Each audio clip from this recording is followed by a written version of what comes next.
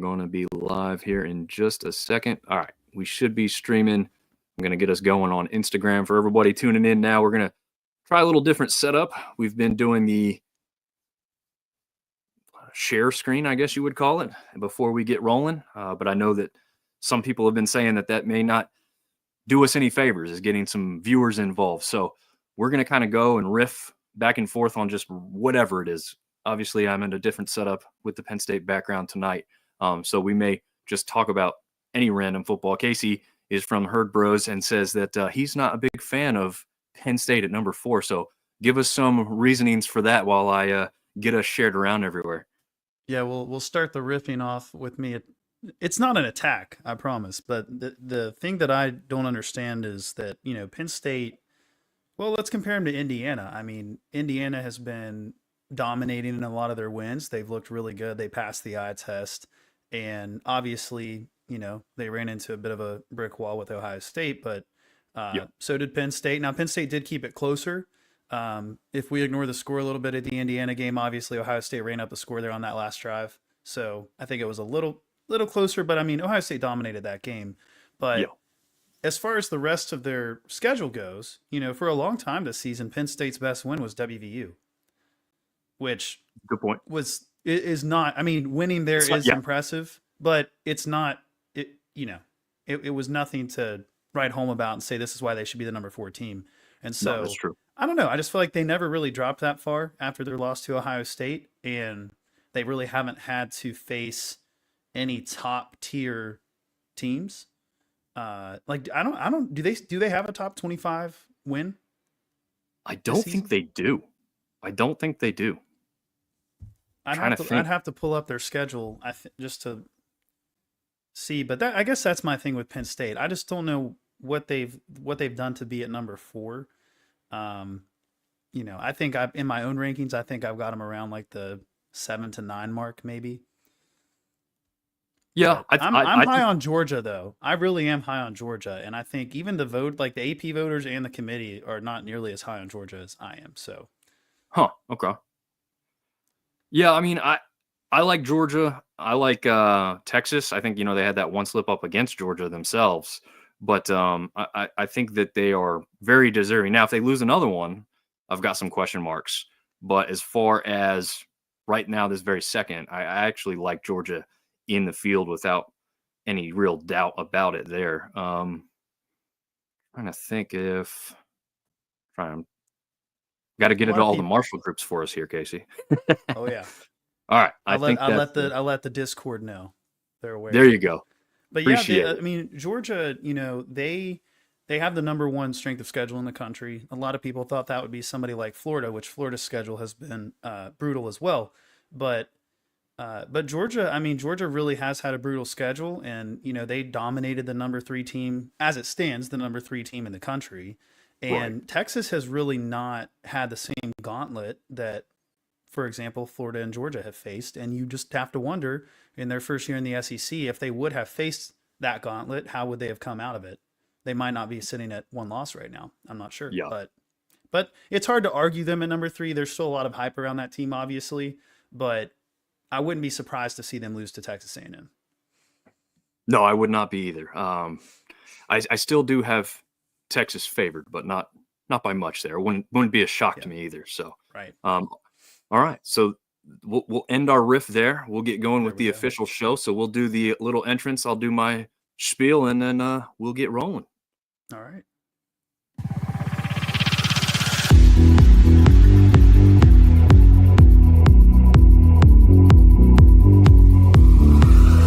Sunbelt Syndicate. Presented by Dano's Seasoning. Yum yum, get you some.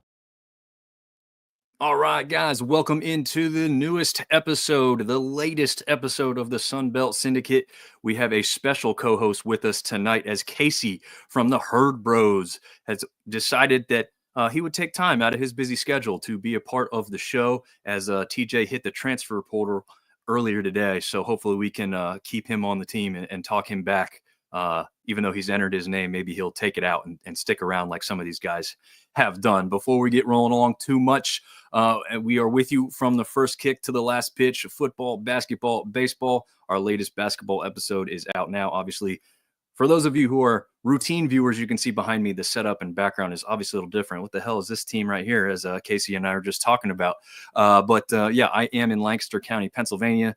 We've got some Penn State fans in the house. That's what I grew up as. So that's why you see this behind me, kind of let you guys know where I'm at. And then it's not the typical setup. But tonight we have a really fun one for you. Obviously, Casey being a big Marshall fan, and he's also going to take part in flying across the country here shortly. I think we'll get him to talk about that a little bit too. But W Energy, Fanplex Graphics, TSN Off-Road, and Dano Seasoning, all there at the top of the screen, and links in the bios to get the discount codes for all those great sponsors that we have currently for the show. So without further ado, Casey, man, how are we feeling tonight? I don't know, man. I have a feeling that some of the things that we are going to talk about, especially related to my own team, might not, they might not sit over very well. We'll see. We'll see what happens. And let's add soccer to the list of things to talk about. Marshall's still in the NCAA tournament, so this could be another year for us.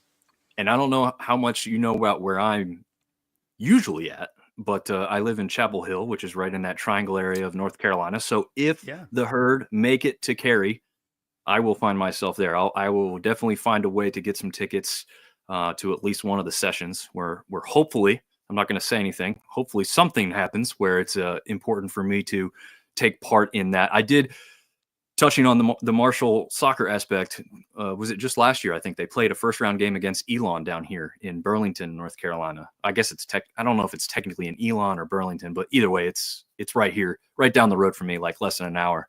So I went over there with my son, and of course it ends 1-0. When we were trying to beat the traffic before halftime to get to the bathroom and back, their bathroom's located outside their stadium. It's a weird thing. Anyway, I take my son, he's 5 years old at the time. I take him over there, get to the bathroom. Somebody scores. The place goes nuts. It's loud as hell. I'm like, oh man, Elon must have scored. So we walk back. I'm not even thinking anything of it.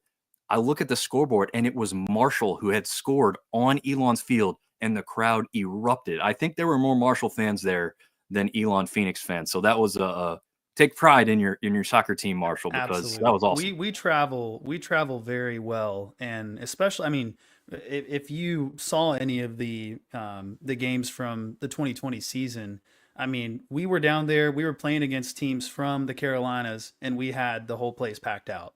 So we have very passionate fans, especially when it comes to soccer now. That's what success can do for a program like Marshall. So we're very proud of how we travel, and hopefully if we make it again this year. I didn't have the opportunity because of COVID last time. So maybe if we make it back there to the Cup, I might be able to be in attendance. Nice. Well, we'll definitely have to meet up if that is the case, but fingers crossed, knock on all the wood we can. I think there's some wood slats behind me, behind this great curtain that you see. So I've knocked on it appropriately for that aspect. So we will go ahead and jump into the football action, though. We'll go from one football to another. The preview for week 14. Here's all the matchups. Once again, there's obviously no out of conference stuff left. No craziness, no silliness. All 14 teams will be in action to wrap up the week with a lot at stake for maybe about half of them, because even if they're not going to the championship game, they've got a chance to go to a bowl in a couple of these matchups. So obviously some important things, and obviously some big rivalries to speak of as well. So before we get into that, let's take a look here at the standings, just to kind of get everybody on the same page. We can see how it's laid out. We will go through the scenarios here in a minute, so we won't talk too much about that. But Casey, are there any teams that maybe stuck out to you preseason you thought might be much higher at this point that ended up here closer to the bottom, or vice versa? Yeah, I think everybody thought that App State would be running the East this year. And so obviously, they got blown out early by South Alabama. They came to Huntington and we beat them. And from that point on, they've kind of been working their way up from the bottom. So I'm definitely surprised by that one. And I'm surprised by Georgia Southern being as high up as they are, just because I don't think anybody really expected that preseason. As far as the East goes. Now on the West, I'm not too surprised by Louisiana. I think the surprising ones for me is we thought Texas State would be a lot better than they ended up being this year, and Troy even. I mean, Summerall leaving to Tulane obviously hurt them, but you look at JMU and Troy and compare them to one another. Both of them, they both got gutted. Their players left, coaching staff left. JMU has obviously fared better this season than Troy has, but Troy has picked up a couple of wins here that have helped shape the race in the conference for the championship game. So, but those are the teams that I think have surprised me the most this season. Yeah, I fully agree. Those are definitely the four easiest. It is crazy to think about, right? Like JMU, 8-3 overall, but just 4-3 within the conference. It's kind of a shocking disparity to think of that. They got the Power 5 win. They had a lot of publicity and media attention because of that, and now they're sitting at 3 conference losses. So it's interesting to see what has happened to them. But again, like you said, even more interesting to see what's happened there in Troy. Although they do seem to be turning a corner a little bit here towards the end. That rough game against Louisiana, where that second quarter got away from them, but otherwise a very tightly contested contest for the other 3 quarters. So interesting to see those standings now compared to what we thought many of us would see going into the season. And Casey, I know you didn't officially get an invite to do the power rankings because this was a little bit last minute with TJ's change of plans. We will present these things as we normally do, and Seth decided not to participate this week, so he may have been busy with some other things. So there was 3 of us that changed a little bit of what the picture looked like, although I don't think it's been too much of a shock. The Cajuns and Marshall remain up there at the very top. Marshall technically jumping. I think we had JMU in 3rd place going into last week. But obviously with that loss against App State, they had dropped. Georgia Southern now up there. So it's interesting that Marshall and Georgia Southern are 1 and 2 in the standings. And right here, they're 2 and 3. Just 1 spot separating them in our power rankings, just as the standings do as well. A-State continues to surprise me a little bit with the victories they keep coming through with, even though they're not necessarily the most impressive because of the eye test. They have the number 5 spot right there, very close in margin between getting above JMU, but they just fall short of that, so they do stick there at 5 this week. South Alabama, another victory. Gets them up to 6 in our power rankings. And we've got some teams that have dropped a little bit. App State climbs just slightly after that victory over JMU. Are there any teams that you would have in a different spot? Overall, this looks pretty good. I like Marshall on top of Georgia Southern. I know obviously the result on the field was different, but if you would have asked me my power rankings the minute after that game ended, I probably still would have had Marshall in front, just because, I mean, if we're all, and this is not me being biased, hopefully, it's just truly the way that game ended, the way that we blew that lead with multiple fumbles by our quarterback that runs the ball 15 times a game. I mean, it was just so random. Everything went wrong that could have went wrong, but 3.5 quarters, Marshall dominated that game, and I think we're the better team. So I like that. I like to go with head-to-head, but in some situations, obviously, head-to-head's not all that there is. I was going to say maybe App State feels like they've turned a corner a little bit, but they do have the head-to-head loss here in the last couple of weeks against Coastal, so they're probably in a good spot too. So overall, I mean, really no complaints. ULM, I will take a moment to comment on the decline that they have had. They started out so hot, and in many power rankings were in the top 2 in the conference after the first 5 or 6 weeks, and then to see them at the bottom again, it's disappointing. I wanted to kind of see them be successful this year, but I think that's where they're at right now. Yeah, no, it's hard to not move them down when they continue to lose, and it's like you said, it's a disappointing ending to what they've done on the early part of the year, but. Yeah, we had always questioned it. I think, I don't know if they'd even gotten up to 2 or 3. I know they were at 4 and 5 easily for a while, but I know there was some trepidation to put them too high because of how they were winning. And when you look at the offensive statistics, you're like, Hardy's running the ball well, but quarterback wise, they're not chucking it all over the place. They don't really have like a big time standout wide receiver. the defense is winning them games, but then the games that they've lost, some of them have gotten away from them pretty good. So it's just it's tough. It's tough. Like you said, it's tough to watch a team that looked like there was so much excitement and a great turnaround happening, and then they've just faltered down the stretch here. Now their strength of schedule did improve a little bit too, so that's a part of it, because that early season schedule, I mean, Texas made it look a lot worse than it was as far as numbers were concerned, or a lot better than it was, I guess I should say, because they played some pretty weak teams to start off the year. But yeah, we'll take a quick look at where people had people lined up individually. And speaking of Ben James's question of where's TJ, he has some family in town, and it was going to be one of the last times he could see, I think it was his brother, he said, for like a whole year. So he wanted to take advantage of that. I will always lean on the family aspect. So I am not going to hurt anybody, especially this time of year of all times, to make him stick to his commitments when something like that comes up. So there's individually where we had some teams ranked.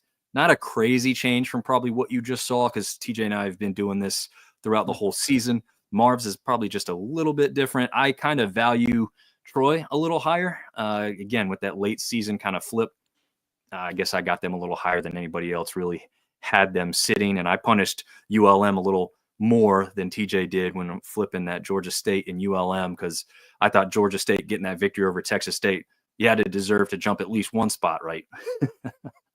Yeah, you're very high on Old Dominion, and he is very high on Arkansas State in comparison. So that's interesting. So Old Dominion, walk me through the thought process there. I agree that they've kind of, well, it depends on what point in the season you look at. I mean, I certainly thought last weekend would be a challenge for us because they seemed like they were playing a little bit better football. They've obviously had close games with like South Carolina this season. So, but you've got them at number 4, and they're 4-7 compared to JMU at 8-3 this season. So yeah, so them at number 4.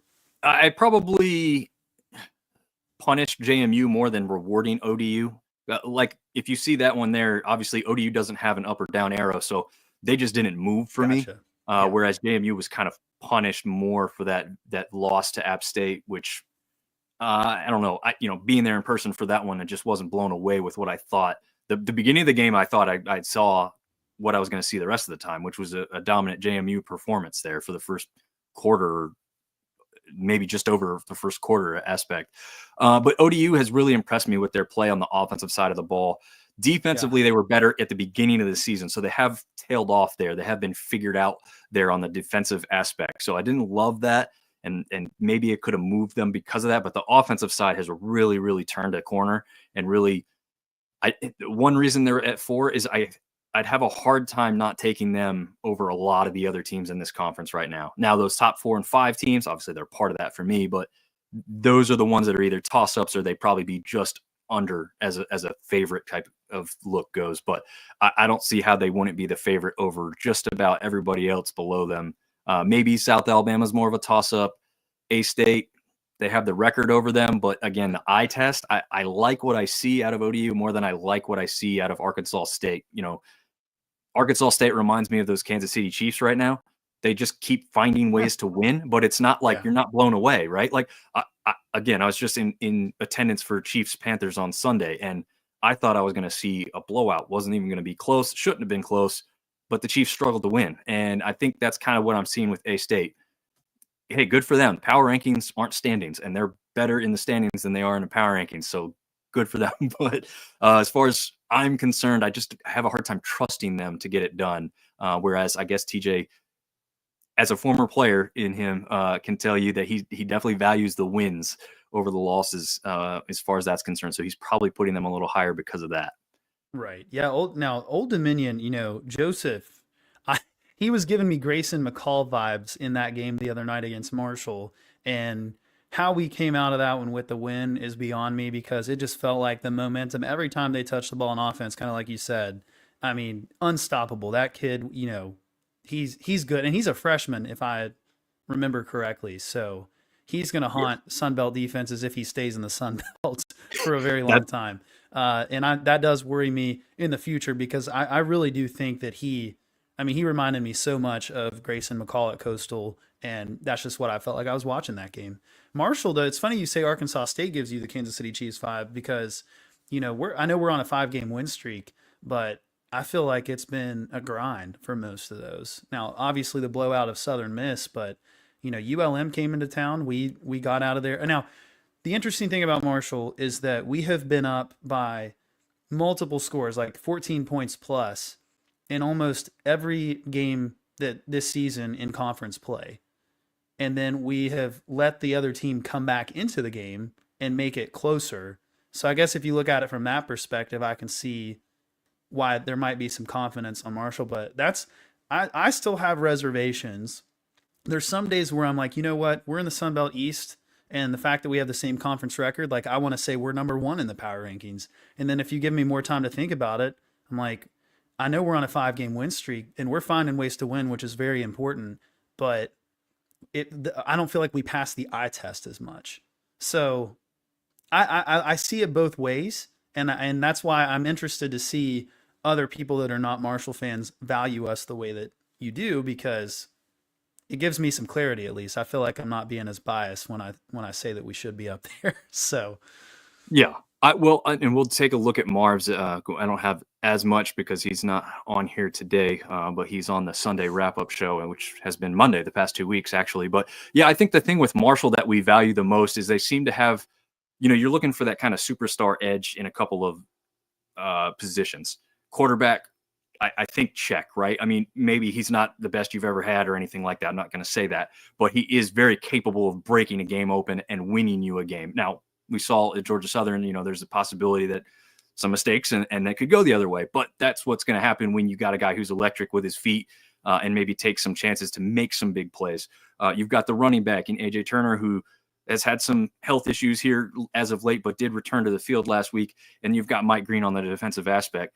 right. It's just a total, check mark, check mark, check mark. And then also you've got the record to go with it. So it's a reason to kind of back your feelings about, okay, this team is good record wise, but what do they look like? Well, you've got some players that are sticking out. Obviously Green getting nominated for the Bednarik Award was really, really impressive as a semifinalist. Unfortunately, didn't make the final three, but he had to be real close as far as I'm concerned, because that guy's just been absolutely on fire all season and been in the backfield more than anybody else I can remember. That's for sure. So he's leading the country in sacks and tackles for loss and sack yardage. So yeah, whatever the final three have on him, obviously I'm sure those three are from power conferences, and that's probably the reason that they got the nod. But it's not like he was a ghost against Virginia Tech and Ohio State either. Right. So yes. he has proven week after week that he can stop the run, he can stop the pass. He's very agile. He gets in the backfield, and that's why he leads the country in those statistics. So it's unfortunate he didn't make the cut, but I think he's a 2nd-round draft pick, honestly, depending on the kind of pro day that he has. Yeah, I mean, yeah, he has a great pro day. He might even be first, because I've just been blown away with him. I mean, like you said, even against that really good competition on the offensive line on the other side, he was still noticeable. So it's not like, oh, he's only noticeable at the G5 level. I mean, Right. You hear that sometimes, like, what did Ashton Genty do if he played for a power team? And you'll get to see him in person next week. Or I guess, is it this weekend or is it next weekend? Next weekend. It'll be for the Mountain West Championship game. And I have my flights scheduled to where I can be back in Huntington if Marshall hosts, which we will talk about that, I'm sure, later in the show here. We will be talking about the scenarios. So yeah, well, let's get right to it. Like I said, we kind of talked about all the other rankings, so we can move on from that. Marv can, throw those out there for next time we're on, but they'll probably change by then too. Of course, the first two are the easiest two to understand. If Casey's Marshall Thundering Herd win, they are in the championship game. Now, would they host or not? Obviously, there's a lot more that goes into that. But as far as who's going to get in there, the easiest two to know are on the screen right now: the Herd and the Cajuns. All they have to do, both of them, win, they're in. Okay. So there are tiebreakers. I have them listed here. Marshall doesn't have tiebreaker over Georgia Southern, who's the only team left. So technically, that's why their tiebreaker is listed as none. If they do end up with the same record, they won't win the tiebreaker. So that's why you're seeing that over there. For the Cajuns, if they were to lose to ULM, their tiebreaker is over Arkansas State. Notice it is not over South Alabama. So it is imperative that the Cajuns win and not have it come down to a tiebreaker over South Alabama in that one. Casey, thoughts on what you're seeing on the screen there or anything like that? Yeah, I mean, like you said, it is pretty simple for Marshall. If we win, we're in. JMU with a loss last week, obviously, is no longer eligible.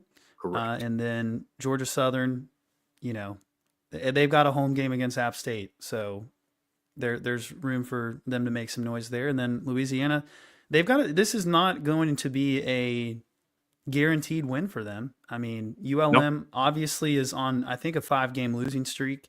It is very, very similar to what happened to us last year when we were 4 or 5-0 going into the NC State game, took NC State to the wire, and then we lost our next 5 games after that, and we had to get that late season win to become bowl eligible. So they've got a lot to play for. Obviously, first time being bowl eligible since COVID or pre-COVID, for that matter. Yep. So they've got a lot to play for there.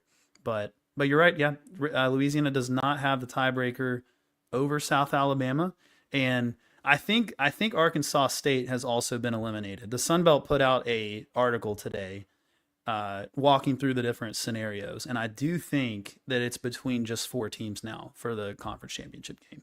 Gotcha. I'd seen a little bit of both, I thought, but maybe you're right. But the reason I include them is because if you look at it, it is a possibility that they would all end in the West with 3 teams with the same record. So I did include them just to kind of show that. But yeah, I think you're right. They may have been eliminated, but that Sun Belt tiebreaker page is just a mess. It's odd. It's very odd. Should make it a little easier to digest, and maybe people wouldn't have such a hard time figuring out. Because to me, it looks like they talk about head-to-head. Is there something underneath head-to-head before they talk about the rankings all of a sudden, though? Yeah, so it's head-to-head, and then I think that's where they kind of talk about within your own division. Okay. Or something like that. Like, and I'm looking, I have it pulled up right here. I mean, if Louisiana loses this weekend, their 2 losses in conference play are in the West, just like Arkansas State. So it can't be that. I mean, they both got the same divisional win percentage, you know what I mean? So, yeah. But it is something else, and I don't know what it is. It could just be that Arkansas State is so far behind in the computer rankings compared to Louisiana that there's just no mathematical possibility at this point. But it is a little bit confusing. Gotcha. Yeah, definitely confusing. Ben James has maybe heard more about it, being a Red Wolves fan, specifically saying Red Wolves have been eliminated. Red Wolves needed Louisiana to lose 2 and Bobcats to lose 1 in order to advance to the title game. So sounds like they are officially out. But again, I've included them because their record could match who ends up at the top. So we'll explain why they wouldn't make it in that regard. But again, we talked about both teams here. Georgia Southern goes up against App State, and we'll talk about that rivalry game here in a minute. They did own the tiebreaker over Marshall after winning that head-to-head matchup earlier. South Alabama finishes with Texas State. So not only do they need Louisiana to lose, they have to beat a team like Texas State, who has dropped some surprising games and just dropped that game to Georgia State, but dangerous. I don't know, both of these offenses could explode and both these defenses could be not great. So it's kind of an interesting thing. But South Alabama does, once again, hold that tiebreaker over Louisiana. So if they get to that point, it gets real interesting. If anything, you wouldn't mind that just because the likelihood of Marshall hosting improves with South Alabama being on that other side. So it absolutely does. And I don't know if you want to talk about that now or later, you let me know, but I have my theories on that. So yeah, we'll just wait to get into that. No, we can talk about that right after this. So just to wrap this part up, again, must win for those other teams, and they needed a little help.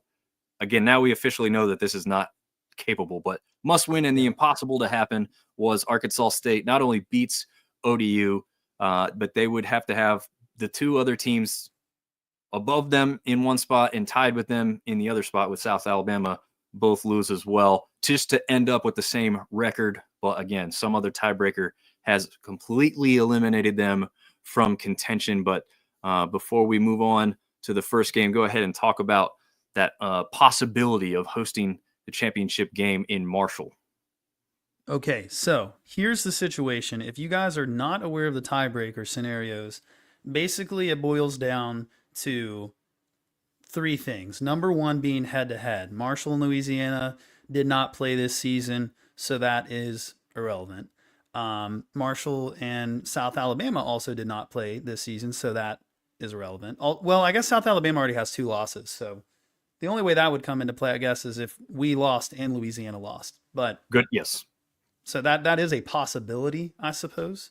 But here's the situation. It goes head to head, and then it goes to college football playoff rankings, which is interesting because that is, I feel fairly confident that potentially Indiana computer rank, if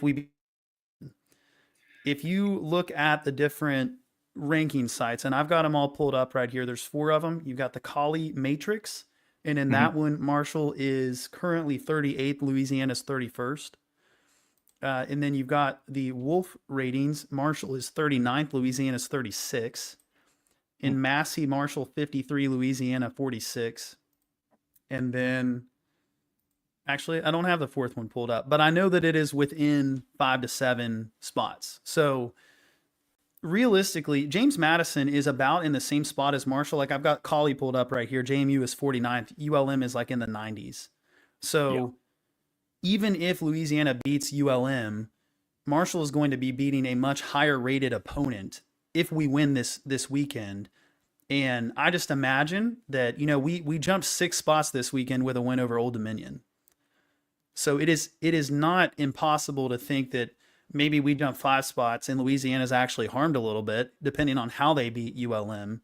If it's not a blowout fashion, the ratings might not favor that just because ULM is lower in the ratings now. So I'd say there's a greater than 50% chance, in my opinion, that if we beat James Madison on their field, a team that's 8-3 and rated pretty much top 50 in all of these ratings, that we would jump Louisiana for that tiebreaker. It's not guaranteed, obviously, but I feel pretty decent about that. My concern, though, is that if Louisiana does win, they will be 10-2. And we all know that the committee does not watch Group of 5 football. Yeah. Except for maybe Boise State. I don't even think they watch Tulane. I think they just throw Tulane higher because recency bias, American bias, whatever. But they clearly do not watch as much Group of 5 football. And if you were in their shoes and you're looking at the Sun Belt standing and you say, well, we've got a 9-3 team and a 10-2 team, at the simplest, you would maybe say, well, we're running out of 4 lost teams that we can rightfully put in the top 25. So we're going to throw 10-2 Louisiana in there at 25. At that point, they automatically get home field advantage. Now, you could make the argument with their recent loss and because we would be on a 6-game win streak and probably have higher quality wins on our actual schedule, and our losses being to the number 2 team in the country and Virginia Tech, you could have an argument to say that 9-3 Marshall should be above 10-2 Louisiana. I would certainly myself make that argument, but I don't think the committee is going to see it that way. So I think that's the biggest risk if both teams win, is that the committee is going to see a 10-2 record, throw them in at 25, and at that point they automatically host. I absolutely agree with what you've just said. The one thing that we could take a flyer on that the committee does pay attention to is when a team's starting quarterback goes down, as we saw with Florida State last year. And you could make that argument against Louisiana right now. Now, Chandler Fields is not inexperienced. He got plenty of time on the field last year. There was a lot of injuries at the quarterback position. I'm pretty sure Louisiana fielded 4 quarterbacks throughout all of last season because of all the people that had gotten hurt. So a lot of guys had some experience back there. So it's not to say that he can't get the job done, but if they are to pay attention to some of those aspects, you could still see Marshall be possibly favored, even with the record, if they know that knowledge and they're paying attention. Like you said, the likelihood of that is kind of slim, but possibility maybe there. Again, and the other thing is kind of like basketball. They could say, look at Marshall coming in as the hotter team to end the season, right? Possibility. So, yeah, it wouldn't. How about this? It would not shock me. And the likelihood's slim, so I will say that. But it wouldn't shock me if Marshall were to lose to JMU in a very close game, like an overtime or a last-second field goal or some kind of craziness, and Georgia Southern lose to App State, and Louisiana maybe squeaks by ULM, that I mean, record wise, I guess, Louisiana still hosts, but as Yes. far as rankings go, I wouldn't shock me to see like Marshall still maybe be favored in a couple of these polls, even after all that is said and done, because like you said, the strength of opponent there is so greatly different to end It the is. season. Yeah. But If we'll see it. everybody We'll in see the if it race happens. lost this weekend, depending on how close Marshall can keep it with James Madison, I think will determine who hosts. Yeah, that's a I good still point. That's think a there's a that's a chance simpler that way to say it. Yeah, we fall 3 spots and they might fall 10, for example. true. Yep. And yeah, battle for the gavel saying snow game at the Joan for this Sun Belt title. That would be awesome. Yeah, I can tell you from the experience I had in Boone, it wasn't a currently snowy game, but just the atmosphere because of the snow and the snowballs, and we've talked about it. But it would be pretty electric there for sure, especially if it ends up being the Cajuns going to play in a snow game. Little culture shock for most of those guys on that team because I think most of their roster consists of the deep, deep South. So some of them may be seeing snow for the first time if that's the case. So we'll have to see what happens there. But let's get into this weekend's action, which starts us off on Black Friday with ESPN Plus game at 3:30. So if you go out shopping and you get into the craziness and you get involved and you come back and you want to chill out, turn on Texas State versus South Alabama. This one could be electric. Texas State favored by just 1 point, but look at that point total, 61.5 points. They don't expect much defense in this one. Casey, I'm not sure specifically how much you know about either team, but what would your thought be about maybe Texas State covering that 1 point, or you think South Alabama should be the favorite in this one? I'm not going to say that I think South Alabama should be favored if I was Vegas looking at this, but I do think South Alabama is going to win. Um, like we've said a few times, they've turned a corner. They're 5-2 in conference play, which means that they were 1-3, right? Yeah. Out of conference. So they've obviously turned things around. Gio Lopez impresses me. He has the ability to turn it on any given night. But on the other side as well, I mean, obviously with McLeod, they have an electric offense too. So this will probably be a pretty high scoring game. I would not be shocked. South Alabama is capable of putting up 87 points if they need to. So that did happen. Yes, but no, did. I think that they're on a relative roll right now, and it's at home for South Alabama. So I think that, and maybe it's the inner Marshalls saying we need this to happen, but I do think that South Alabama comes out on top. Close one, but they do win. Yeah, I can see why this was a toss-up. I'm actually a little surprised, though, that Texas State is favored only because, what we say was it the home team typically gets those toss-ups because they're favored by 2.5 or 3 points kind of thing. Yeah. So to see Texas State favored after what they just did against Georgia State last week, which, I mean, hey, they still put up, what was it, 44 or 48 points? So offense really wasn't much of an issue, but the defense couldn't stop Georgia State.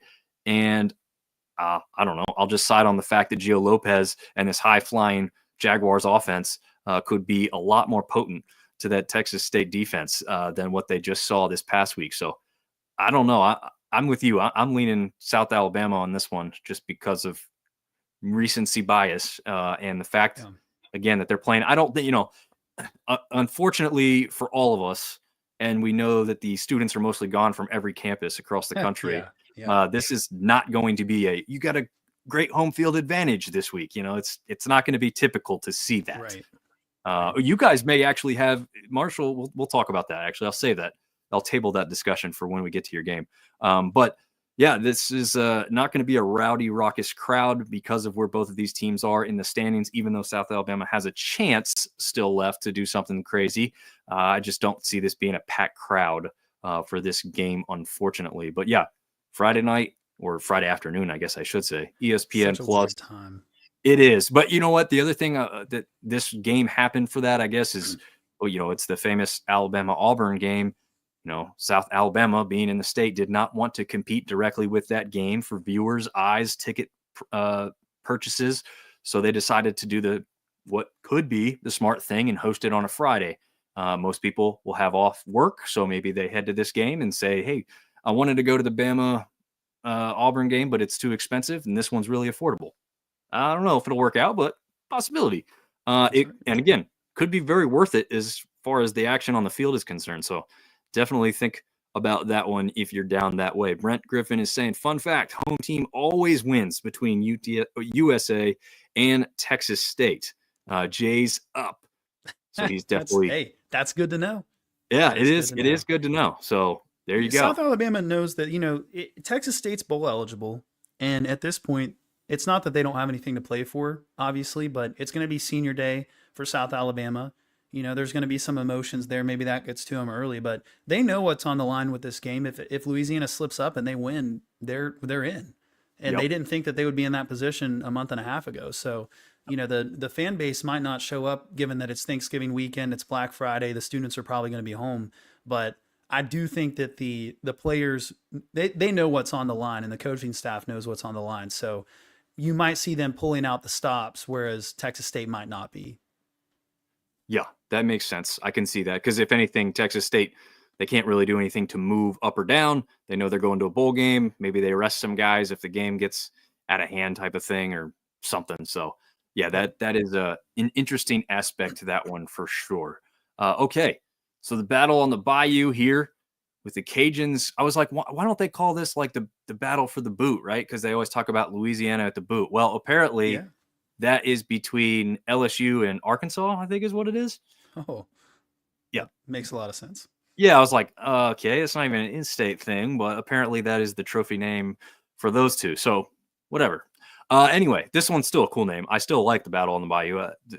Nothing wrong with it. I just thought that the more obvious answer was not the one that was taken, probably because it was just gone before they had the chance. But regardless, Saturday, ESPNU, 12 noon, 11 Central Time. The Cajuns, not really surprising here, are favored by 9.5 points going into this one with a total over-under at 48.5. We kind of talked a little bit about the feelings going into this game. I'm pretty comfortable taking the Cajuns in the 9.5. Even though before the Texas State game, ULM was undefeated at home. They were 4-0 going into that Texas State game before they dropped it. So interesting that, they had a pretty good home record. But again, I think this is the strength of schedule coming into play here, I guess I should say.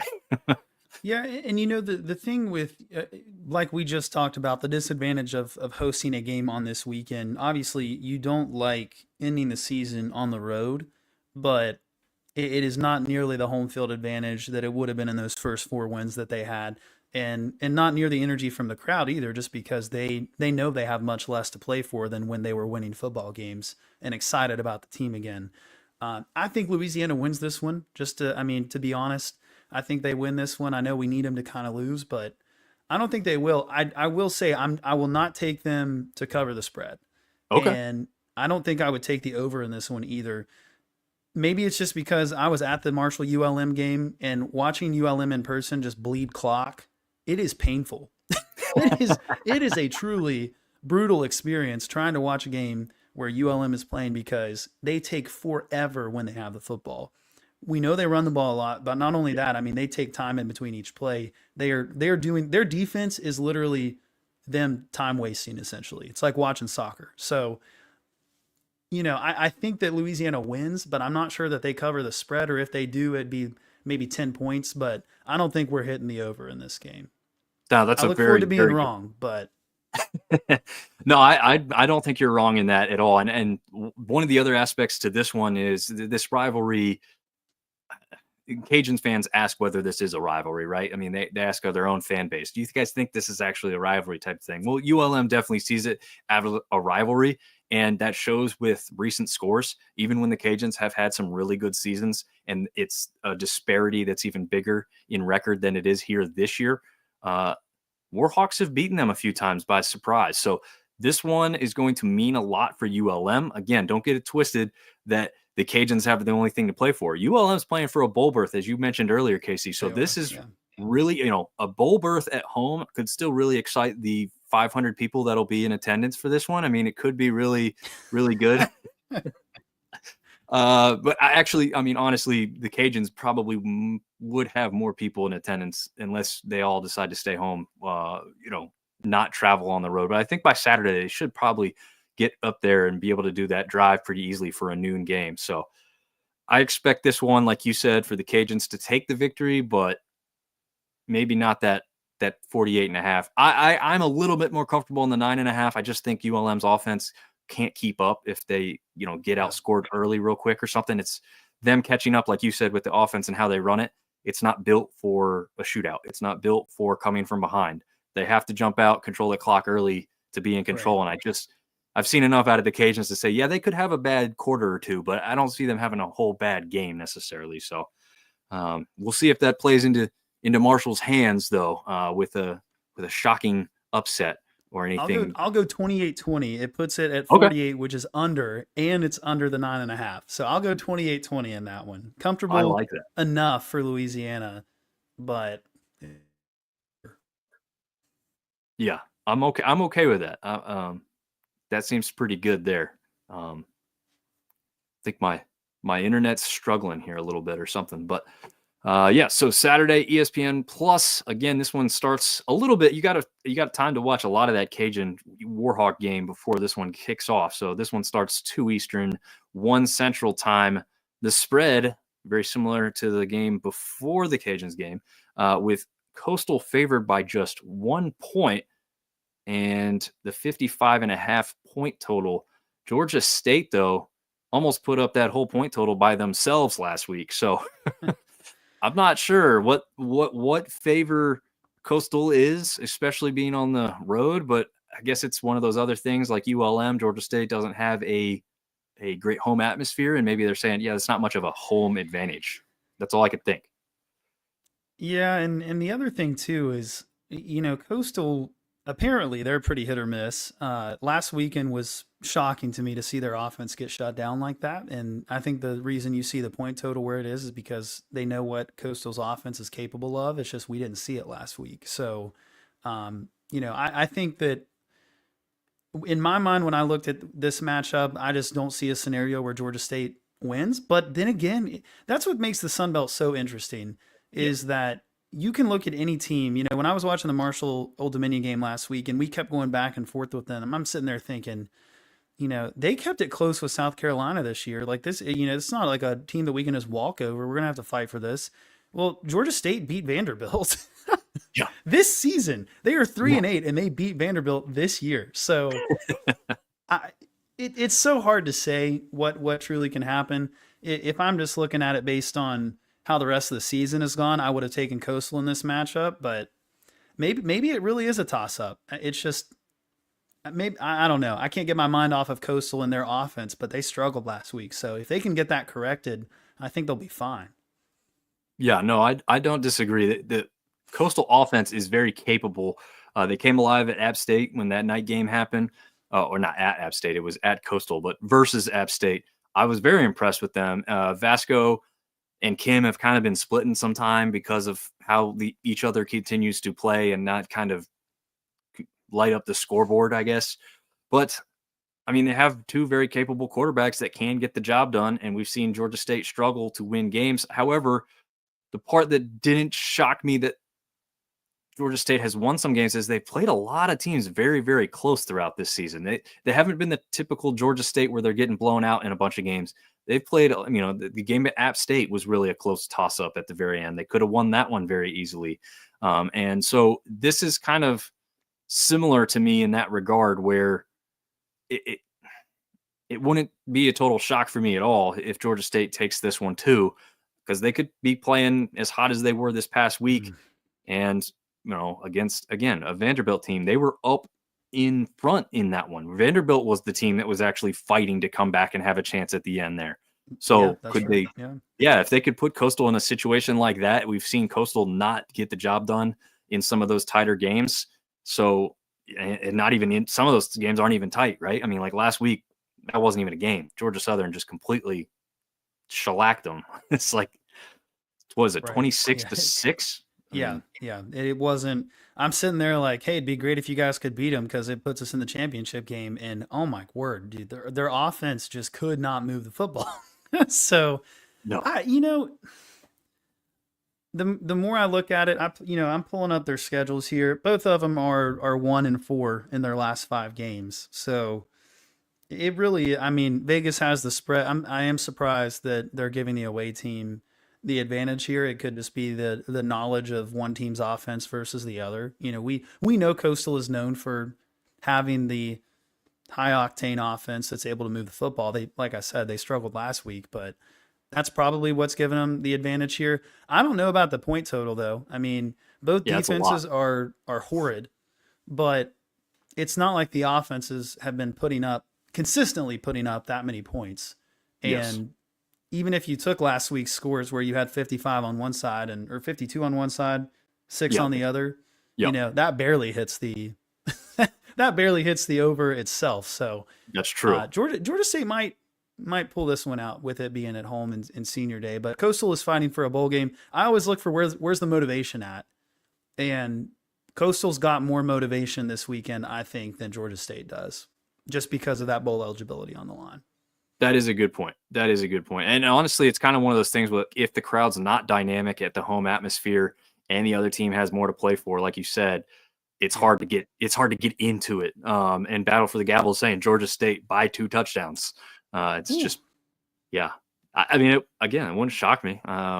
They could keep that streak rolling, but I think Coastal could get it done, and they're going to fight pretty hard in order to do so. Now, neither of these next 2 teams have any chance for any postseason play, but Southern Miss is fighting for a victory in the conference for the first time all season.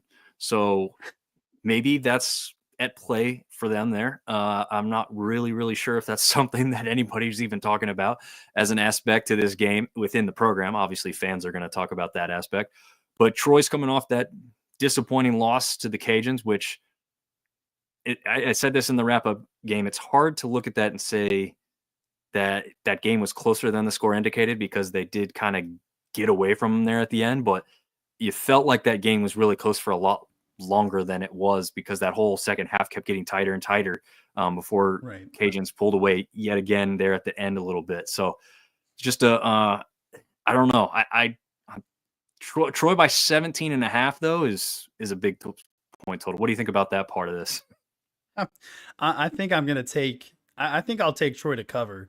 Honestly, Southern Miss, and this is not meant to be harsh towards Southern Miss. Obviously, from the old Conference USA days, I wish to see them successful again.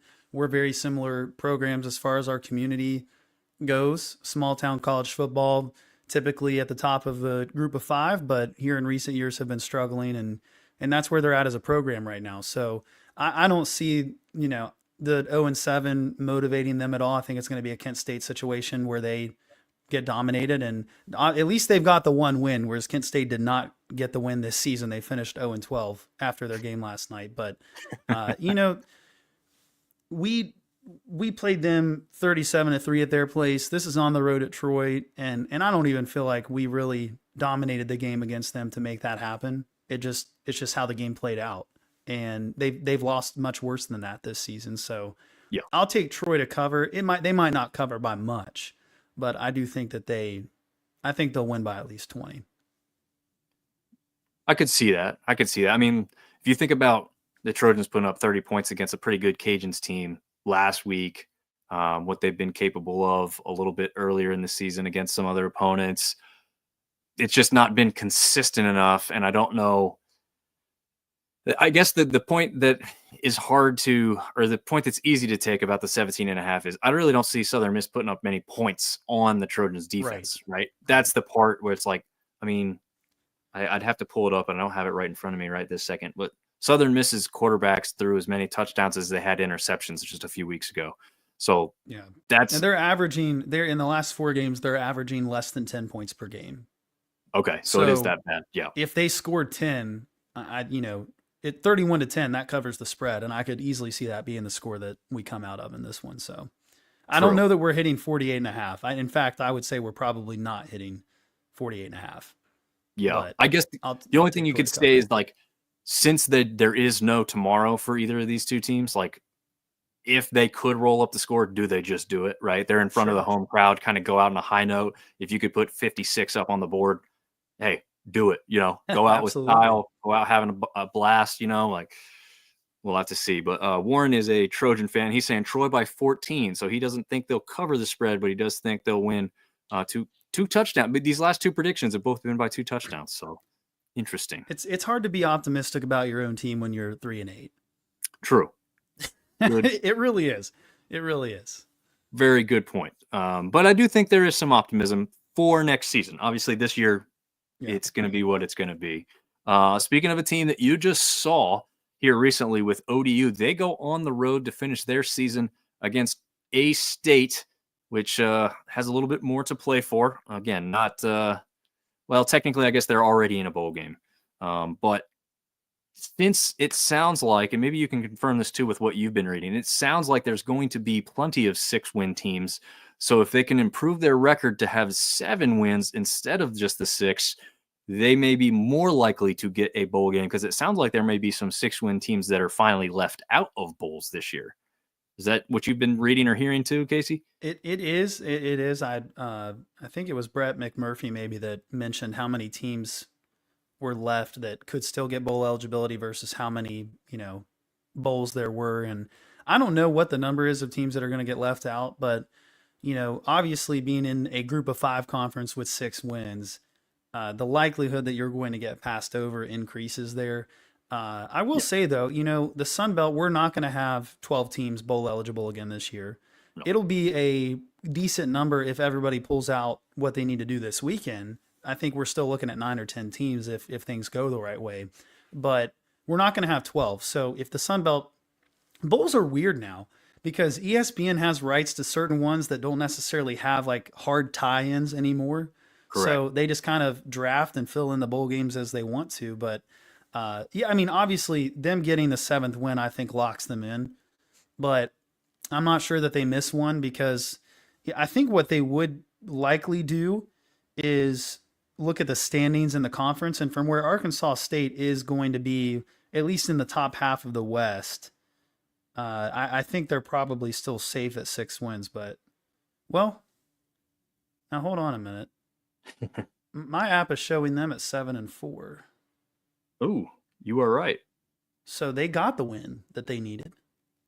You're right. That one I missed. I missed updating Arkansas State's record there. So you're right. Okay. It is 7-4. They're 5-2 in conference play, 7-4 overall. So disregard. I would say they are safe. Yeah. Sorry. Yeah, that is a mistake I did not catch. Man, I was really doing pretty good about keeping up with all that stuff. Must have copy pasted that one and moved it over and not changed the record. So yeah, my argument there was null and void too. But as far as the game itself goes, yeah. It is so hard for me to go against Old Dominion after watching their offense last week. I was really impressed, and maybe I should think more lowly of our defense because we have been like we've had a lot of holes, okay, and we've always been bad against a scrambling quarterback. So it's hard for me to really put that much emphasis maybe on Old Dominion's offense. But if you just watch the way that they played, and that quarterback, like he just had instincts of a senior, and he's a freshman. So, or at least I am almost positive he's a freshman. But either way, this one's on the road. I still think Old Dominion will pull it out. I'm on your side. I agree with you there. I just, again, the whole eye test aspect to me, I've just been a lot more impressed with what ODU's been able to do. Arkansas State's been able to pull a lot of these wins out towards the end, kind of getting by. Also, to me, this is one of those like unofficial test or litmus test of East versus West. And I think this is where you see if the East is really better, this 4-7 team could beat this 7-4 team. This team that's 3-4 in conference could beat the team that's 5-2 in conference. And you can start to try and make that argument again that the East is stronger than the West, because even though the teams record-wise aren't as good in the East, it's because they're better and beating each other up. And that's why you see such a disparity between East and West. And people always argue that, well, the West has had the champion. Yeah, but from top to bottom, the West hasn't necessarily been stronger. And where the West is really weak is the fan bases compared to the fan bases in the East. I'm not going to be afraid to say that, right? I mean, Southern Miss has got a crazy fan base, but when they're losing, they do disappear in the football aspect. They're crazy for their baseball over there, okay? Right, The only team that competes with them in baseball as far as fandom goes seems to be Louisiana, as far as, the top teams up there always showing up when you trash talk on the baseball aspect. But for football, it seems like the top teams over there in the East have a lot more fandom when it comes to the interaction on the social media aspect. At least that's what I've seen throughout my time in doing some of this. Battle for the Gavel does want to share a comment here. ODU will be playing with a purpose versus Arkansas State. They want to end the season on a high note, and the head coach needs the win for morale and maybe his career. Yeah, that is another aspect to this that we didn't talk about, but Ricky Rainey probably on the hot seat with the couple losses there to end the season, even though they weren't terrible though, right? Well, that's the thing about this Old Dominion team, and they beat Texas State this year, so they had that crossover game. They beat a team that was favored in the West. And one comment about the East, I'll promote the East again here. The last 2 years, the East's best team was not allowed to participate in the conference championship game, or else they would have hosted and probably won the conference championship game. That's my opinion on James. Now, I know if he would have stuck around at least to coach in the conference championship game, and then he would have been gone. Because he left so quickly after the season ended. But they weren't even allowed to participate in it, let alone be eligible to host it. And I think that might change the outcome of the last couple of years between the East versus West. As far as Old Dominion, though, all 4 of their losses in conference play have been 1-score games. Yeah. And now they're not, their road record is not great. They might be one of the best 4-7 teams in the country, though. South Carolina, they lost at South Carolina by 4 points. They lost against East Carolina, who I know they fired their coach, but the talent was obviously there because they have, they've turned things around quickly. They lost that game by 6 points. So two more 1-score losses. So 6 of their 7 losses were by 1 score. The team that beat them by 20 points was Virginia Tech. So in all honesty, they're a pretty impressive 4-7 team, I suppose. They are not good in 1-score games. 2 of their 3 wins were not 1 score. So maybe that's the key to Old Dominion's winning this game, is jumping out quickly and getting a little bit of an advantage, because maybe the problem there is mismanagement of the clock or something like that in late games. I certainly felt like they mismanaged their situation against Marshall last week. I don't know how much of that game you watched, but in the fourth quarter, they were faced with the choice to go for it on 4th down in their own territory, both at the end of the first half and in the fourth quarter, before the 2-minute timeout. And they chose not to. They chose to punt it. They had 3 timeouts left, so I'm not saying it was necessarily a horrible idea, but given what you know about Marshall and how conservative we are when we have the lead, I feel like it would have relatively been safe in the second half when the game is on the line. You're down 7 points. You got a couple yards you got to pick up, and your quarterback's been scrambling for 15 yards on quarterback keepers the whole half. Why not go for it? Yeah. They punted the football. We fortunately broke out a couple of big runs to get first downs, and the game was over. But, I think they could have had more confidence going for it. And that might be why they're struggling to win these 1-score games. It could just be mismanagement of the situation, which still tells you that you're a 4-7 team, obviously, but I still think the record is a little bit deceiving. So I'll take Old Dominion to cover in this one. Nice. Yeah, I'm doing the same. I just trust them a little bit more. So we will get on to Deeper Than Hate, the rivalry game between App State and Georgia Southern. Just 2 seasons ago, it came down to these 2 teams playing for a chance for a bowl. This time around, it's one team playing for a bowl berth, which is App State, and the other team playing for any shot or possibility to get into the Sun Belt Championship game. So both teams in this heated rivalry will have a lot to play for. This one, an ESPN Plus game on Saturday night at 6 Eastern time, 5 Central. Georgia Southern, and this is one of those ones, it's a coin toss. Georgia Southern favored as the home team by just 2.5 points, with a total over-under of 62.5 points, which not expecting a lot of defense in this one, Casey. No, they're not. Give me App State. I really do think, first of all, props to Georgia Southern. They have honestly had such a good season compared to what I think any of us thought they would put together. And that's not an insult necessarily what the expectations were. It's just that we expected a lot more out of teams like Appalachian State this year. And it feels like we're finally getting that from Appalachian State, or at least hints of it here in November. But every time I think that something's going to happen, I was pretty confident Coastal would win last weekend, and they shut Coastal down.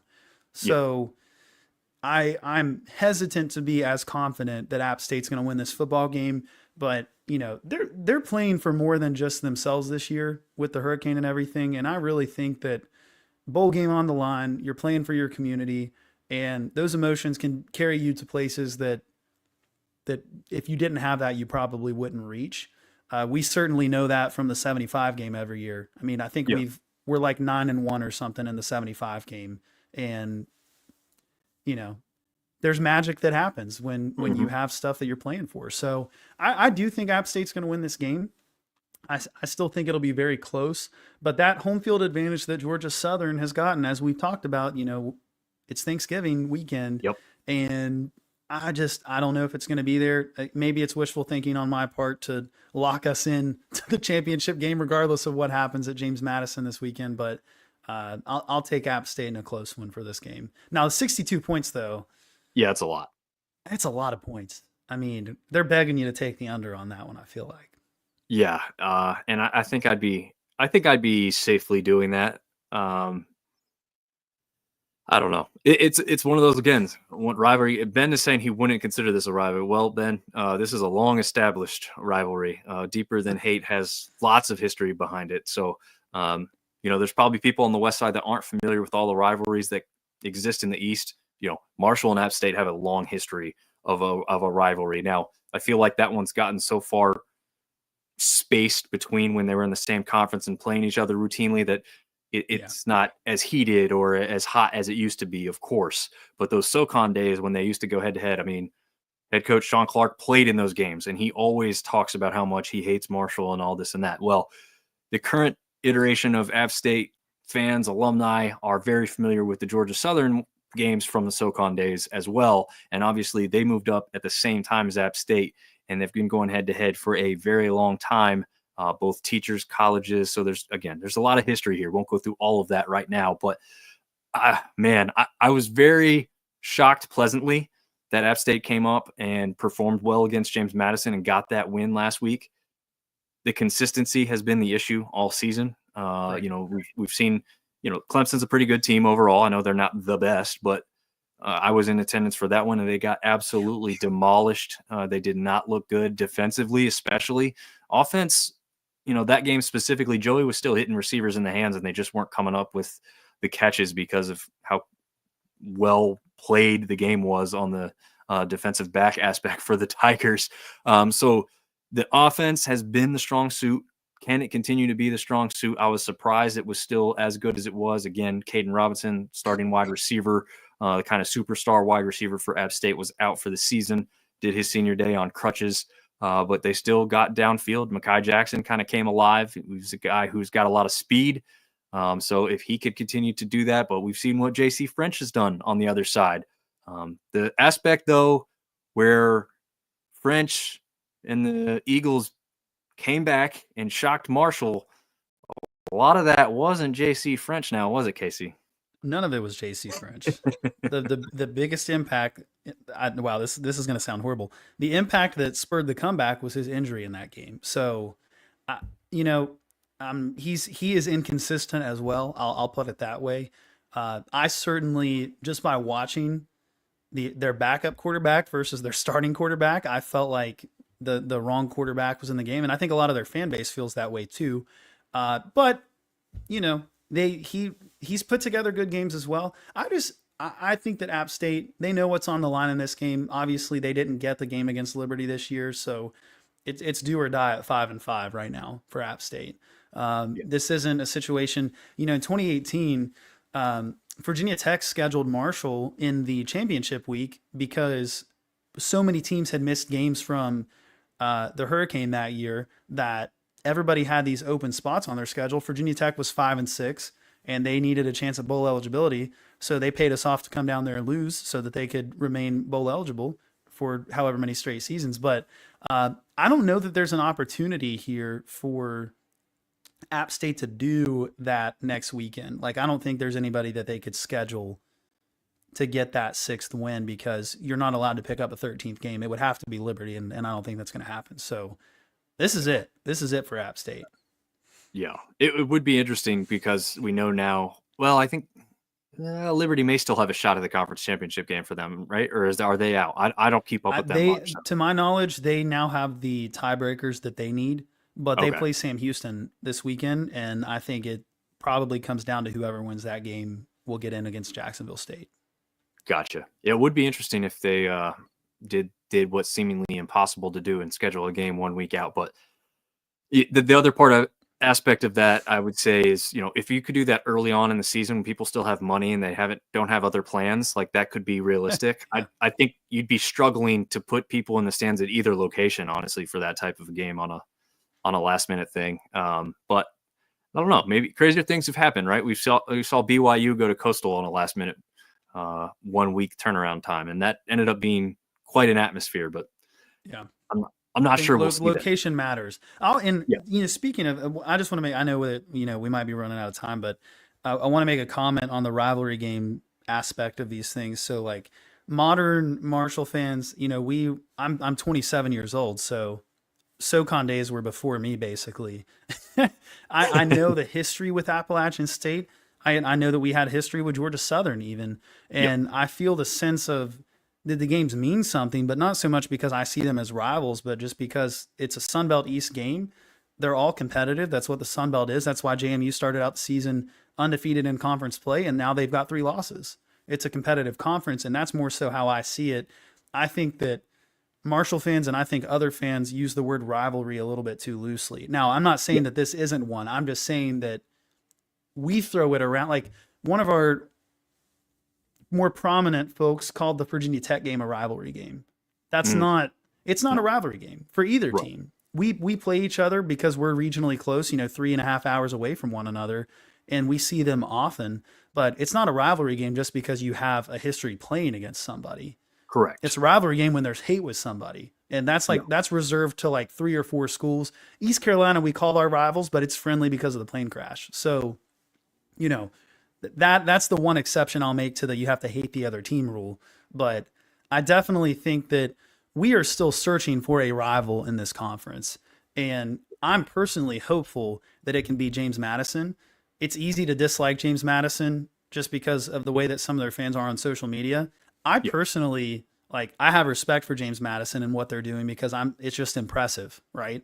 Yes. It's hard not to at least acknowledge that they've been incredibly successful.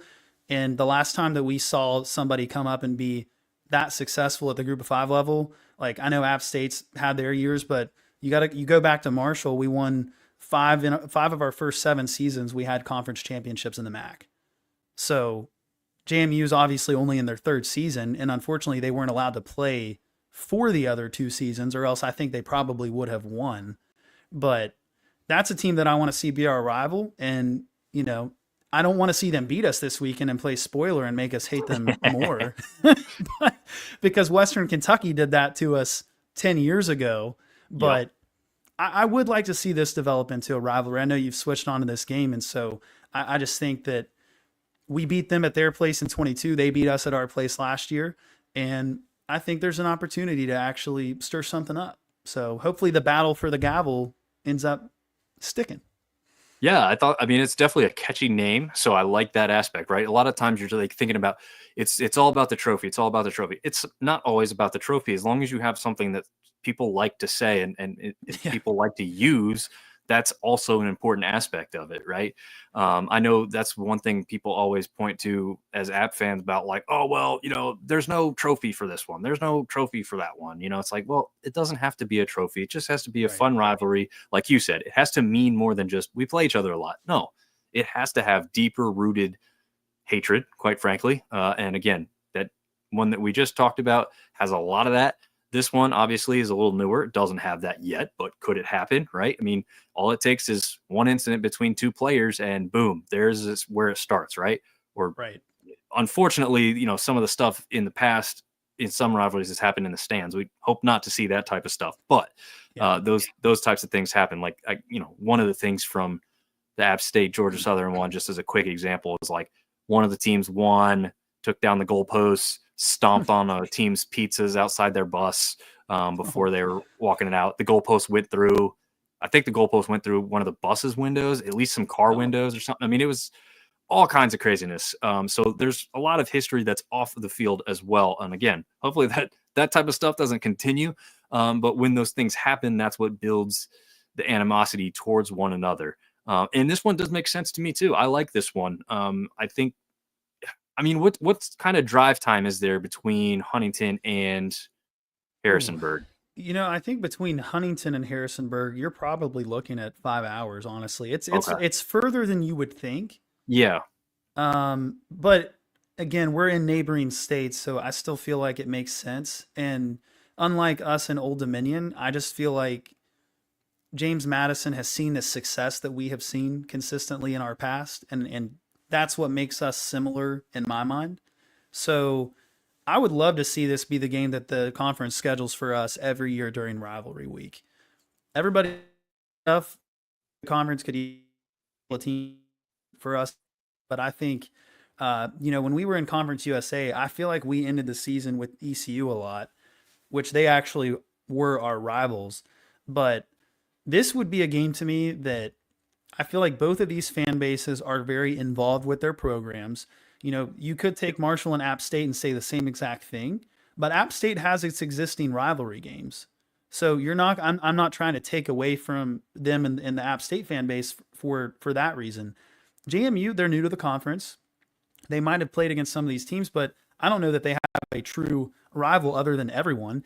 And I just think that if you look at their supportive fan base and you look at our supportive fan base, I mean, we're still, even though I know our fans are disappointed at our attendance levels being at 85%, but we're still fielding a higher attendance than most teams in the Sun Belt. So our fan base is still very involved. We travel very well. When I go to away games, and that's what these pennants are. I go to one away game at least a year, and I snag a pennant. I mean, we seriously, like, we take 5,000 fans to an away game, and that's unheard of for a group of 5 school unless their fans are really engaged and involved. So I feel like there's similarities between our two programs and where we want to go and how seriously we take football. Yeah. And for that reason, if the Sun Belt were to give us this matchup every year after Thanksgiving weekend, obviously you lose out on the home field advantage aspect of it, but I think it's still an intriguing enough matchup to get people to forego some festivities maybe and come out to the game instead. Yeah, no, I'd love to see it. And I want to make a quick note because Battle for the Gavel is on and has started up a Twitter name. So go follow them as well, especially for this weekend's coverage of stuff. They are making a trophy next season's game in Huntington. It will be there. So I'm excited to see what that one could be. I think that one might be one of those trophies that people start talking about because, again, the name's good enough that you're immediately going, what does this trophy look like? So I'm sure there's some good work being done in that regard. The Google Sucks Free YouTube is the username over on Rumble. So we have somebody that's continuing to watch us over there on Rumble, and they happen to be a JMU fan. So saying it was historic when JMU made the AP Top 25 list last year, first year in this division, which first time they were kind of I guess technically last year they still weren't eligible, right? Because they got to a bowl game because of the waiver, but they were thrown in there because of that. And it is interesting. You said that they were possibly going to be in the championship game, or they would have been in the championship game had they been eligible. But that one year, early on, it was early in the season, so stuff does change. But they had played Troy, and it was was it an overtime game or? They did beat them, I will say that, but it was very, very close, and it could have been another really good matchup towards the end. I mean, had my team not made it in App State over them, it would have been really interesting to see a rematch between JMU and Troy in that game as well, because as a football fan in general, I'm watching no matter who's in it, but that one could have been really, really interesting. I believe that game was like a wet, rainy mess. So would in fact, actually, though, I think the game at Troy that had App State hosting or had hosted App State was also a rainy game, but had JMU been eligible, I believe they would have hosted that game against Troy in a rematch. Yeah. So and I just think that, obviously JMU slipped up last year, but that was amidst all the distractions that were going on with the program trying to win legal battles, which I know it was annoying, but I was personally rooting for them to win those legal battles because it would have been good for our conference. yes. Like Yeah, what people failed to realize, and again, I get that maybe they were coming at it from like a better than thou perspective of we deserve this, but I do think the rule is stupid. yes. That they were not eligible, and I think that the Sun Belt Conference needed to do a better job advocating for James Madison than they did, because not only does it help James Madison and their brand, it helps the brand of the whole conference. The whole reason Tulane is ranked in the top 20 right now is because of what UCF and Cincinnati and Memphis have done in previous seasons, and then Tulane is now all of a sudden doing. Tulane is not a good program historically. If you go look at the last 15 years, they've been horrible. They've had a good couple of seasons with a good coach and a good quarterback, and then of course they stole Sumrall from Troy, and he's great. But in the last 15-year span, they've been good for 3 seasons, and that's it. They are benefiting heavily from what Cincinnati did, from what UCF did before Cincinnati, and from the consistency that has been at the top teams of the American Conference. And honestly, they're benefiting from, and I said this on Twitter earlier today, the American promoted themselves for a long time as the Power 6 conference, okay? And they were not promoting themselves as the best group of 5 conference. They were promoting themselves as P6. They had literal, if you remember, their down markers said P6 on them. Yep. It was very annoying. And so we were all sitting here like, they're not P6, they're one of us, but it made the media respect them as the top group of 5 conference, because they were like, well, you're not quite at this level, but we will acknowledge maybe that you were above everybody else at your level. And so it was a subconscious win for the American to get all of those New Year's 6 bids, in my opinion. And so what we started to see was 2-loss American teams that haven't really beaten anybody. They've just lost to good teams that are in the top 20 because the conference brand is respected.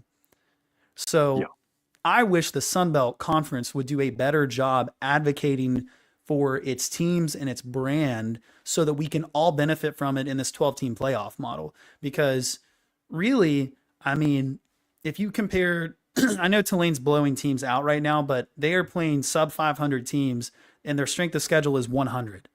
And that's with a game against a top 25 opponent in Oklahoma who just blew out Alabama. Their SOS is actually 100. So imagine how bad their conference opponents have been. And then we're sitting here and with teams like JMU that are in the top 50 in our own conference, and we've got to play now. Memphis, them playing Memphis will help, but I know this is a spiel I've gotten off topic. I'm just saying that it would have been good if JMU would have represented the Sun Belt in a New Year's 6 bowl. Maybe you get Signetti to stick around and coach in that game. Everybody points at them getting beat by Army last year. They didn't have players or coaches. Yeah, Nobody, Air Force in that one. Yes, I apologize. Air Force at military school, but but they didn't have staff. They barely had their star players, and if they did, everybody was so distracted and trying to figure out where they were going to transfer to. So obviously, they're not going to win that football game. The military academy, they can't transfer. They don't have anywhere to go. So it's just everybody points at that as like, oh well, they weren't as good. No, they were good. They just got gutted when Signetti left, and I think they could have made noise in a New Year's 6 bowl. They were not eligible for transition reasons. So I will we got like 1 or 2 comments too I want to get to, but real quick, JMU is favored by 3.5 points, 52.5. You don't have to go real specific on the numbers, but what are your thoughts on Marshall pulling off the victory? Or do you think that this game is a literal coin toss as kind of the spread indicates here? I'm going to get a lot of hate for this, but I don't think it's a coin toss. And I think that we're going to need App State to beat Georgia Southern this weekend because JMU is blowing teams out at home. And I know that we've talked about the whole Thanksgiving aspect of things, students not being in town, but JMU fans they show up. and it's a difficult environment to win in. And I just feel like I don't know. I don't have a good feeling about it. This reminds me 9 years ago, Marshall traveled to Western Kentucky to play in a play-in game for the conference championship game, and we finished that year 10-3. So basically, what we're on track for right now, if we were to win out, but we finished that year 10-3, and we went into Western Kentucky with 2 losses, and they beat us 49-28. Like, it wasn't close. They dominated the game. And we had a solid team. We had a solid offense. We had a really good defense. And what's different about this Marshall team is I feel like we have star players all around, kind of like you mentioned, but there's still a lot of holes on the defensive side of things. JMU clearly is capable of putting up points. My concern is that we become a little bit too one-dimensional on offense, and that might cost us this game. So I'm hopeful, obviously, and I think that, and I'm, for the record, I am supportive of our head coach, and I know you wanted to ask me about that. Yeah. But I just, if this were at Marshall, I would go Marshall, but it's at James Madison, and for that reason, I'm going with JMU in this one. Okay, I can respect it for the fact that it's hard to do that when you are a fan of your team. But I did the same thing last week when I had JMU and App State going up against each other. I took JMU. I thought it was the smarter pick. It was this instead of this that was talking, with the head over the heart. And so I respect that decision. You also got to think the aspect to me that's important to this one is JMU's pissed off about last week, right? And like you said, now they're playing at home, and they don't want to end the season with another one of those losses like they had against App State. I don't know if they'll play like that again. I don't know if they'll play better, but I'd lean towards them having a little bit extra pep in the step to not have their season. It won't end, right? Again, they're going to a bowl game, but they don't want to end at home with another loss. So we'll have to see how that goes. But again, very much respect your decision to go with that answer, even though we know that you don't really want to. The optimism, if I did have to say the reasons why I think that it could turn out differently, is that we have so much on the line to play for. And this coaching staff, which has been berated for the last few months, has a lot on the line with this game. And if I'm in their shoes, I'm putting it all out there to make sure that I, at a minimum this year, make the conference championship game. So maybe we see, last week, I said the same thing, and we actually got a flea flicker that ended up, I think that the flea flicker went for a touchdown. So we don't normally pull out trick plays. We're a very conservative team, in my opinion, and we always really have been, at least for the last 5 to 7 years.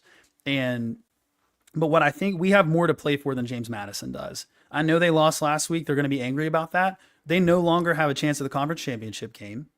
So that's out the door. And as a fan, as somebody who sees all of our Facebook, groups and what people say, it's like, I'm sure they're not asking for Chesney to be fired, but it's going to be 39 degrees, a night game. It's going to be extremely cold, and it's Thanksgiving weekend. People have family in town. And I just think that if you are a fair weather fan or a more casual fan, you're looking at that and you're saying, you know what, we're in a bowl game. We can't really, there's no advantage for us to win this football game. I'm staying home and watching it on TV instead. And True. I hate that mindset. I am not a fan of that mindset, but I'm just saying there might not be as much energy in that stadium because they don't have the motivation more so than what weekend it is. I just think that they're going to be a little bit gutted as a fan base after the loss last week puts them out of the conference championship game the first year that they were eligible for it. Yeah, true. Now, as an App State fan, obviously at some point it was very evident that I didn't want it to happen, but earlier on I was hopeful that this game was going to come down to JMU versus Marshall, tied in the standings. The winner goes to the conference championship game and possibly hosts, but at least gets the East representative, because essentially it's like a playoff game before the championship. So that would have been cool. As impartial, right, to both sides, but that would have been something that would have been a really fun aspect to tune in for and see. The Simulated Sports Project go follow them out if you like video games, because they do some really cool stuff on that. They're saying Marshall versus JMU is an awesome matchup for people who like history. It's two founding fathers schools, and I mean that is awesome. And that I guess he's agreeing with me that the chip on the shoulder for JMU regular season closer at home. And yeah, we've talked about that Thanksgiving Day rivalry weekend, and I agree, especially if this one goes right this time around, that they should keep this one as a last weekend matchup. I like it a lot. Herd Huddle was agreeing with you, saying extend Huff. I don't know how you don't if he wins this one, especially. And then I wanted to get back to, I like this question right here from Warren. Hopefully he's still watching us here. Is NIL for coaches more important than players in the G5? I haven't really heard anybody ask it like that. So what do you think about that question there? Man, that's a loaded question. I think that I'm going to say yes, but I'm going to explain my yes. So, because obviously when you lose a star player, like we're going to lose Mike Green this year to the draft. Yep. He's a sophomore. We're not going to lose him to another team. We're losing him to the NFL draft because his stock is so high. So, whereas if he played for Ohio State, they have the money to keep him, just like they did with their entire roster this year, right? So they didn't really have that many trainers that they did get. They paid a lot of money, but they paid to keep for the, sake of consistency. We, group of 5 teams cannot do that. That's the big negative about the NIL aspect for us, right? But what I do say often, and this is my revelation this year with Signetti, for example, is that I think coaches matter a lot more than people are willing to put stock into. Ryan Day was born on third base, and he's still there, right? Like he's spending top 2, top 3 amount of money in the country in NIL, and they might win a national championship this year, but that's what it took for him to win a national championship. And again, this team Ohio State was already a national championship caliber program and roster when he showed up. He just was not able to beat Michigan. So, whereas Signetti, on the other hand, he has been a winner at every level. Google me, right? But he shows up, he takes a group of 5 roster and goes 11 and assuming they win this weekend, goes 11-1 in the Big Ten. Where previously last year I was saying, it wouldn't make any sense for Huff to leave us for Michigan State, for example, because why would you want to go? Now, this is before they got rid of divisions. So this is when Michigan State would have been playing against consistent teams every year that had better resources. But Indiana, Signetti got a fortunate schedule this year, didn't really have to play a ton of the top teams. And the ones like Michigan that he did have to play were having a down year. But there's still something to be said about the fact that he took his stars are a group of 5 kids. Yeah. Right? The wide receiver name is skipping my head right now. So it apparently I was ready for you to say the quarterback. It's like, Cordis Rourke from Ohio, Yes, from Ohio. And then it starts with an S. I'm from JMU, so Sarant or something like that. So man. I'll think about it because he had a brother. They're not Surratt. Surratt, that's it. Surratt, yes, Surratt, yeah. So, but that's what I'm saying. They're the 2 impact players for him, and I know there's been multiple. Like the running back, I think is still an Indiana guy, but that's still significantly different than Caleb Downs or somebody like that. So, I think coaches. What he is showing me is that coaches can be a lot more important than the talent that you have on your team, or at least the talent that you think you have on your team. Those could be guys that were 3 stars just because they committed to James Madison instead of Ohio State, when in reality, those websites would have upgraded them the moment they committed somewhere else. So, but with the just on paper talent, Signetti has done something that nobody thought he would do at Indiana in year 1. And Bob Chesney has done something after James Madison got gutted. And they have still been successful. I know they've lost 3 games in the Sun Belt, but I mean, the guy came in and put up 70 points in a win against UNC. They got to be happy about that, right? The aspect of that, I was there for that one in person because, again, it was literally in the same city that I live in. The aspect of that was so impressive is people that didn't get to see it, right? They just see the final score.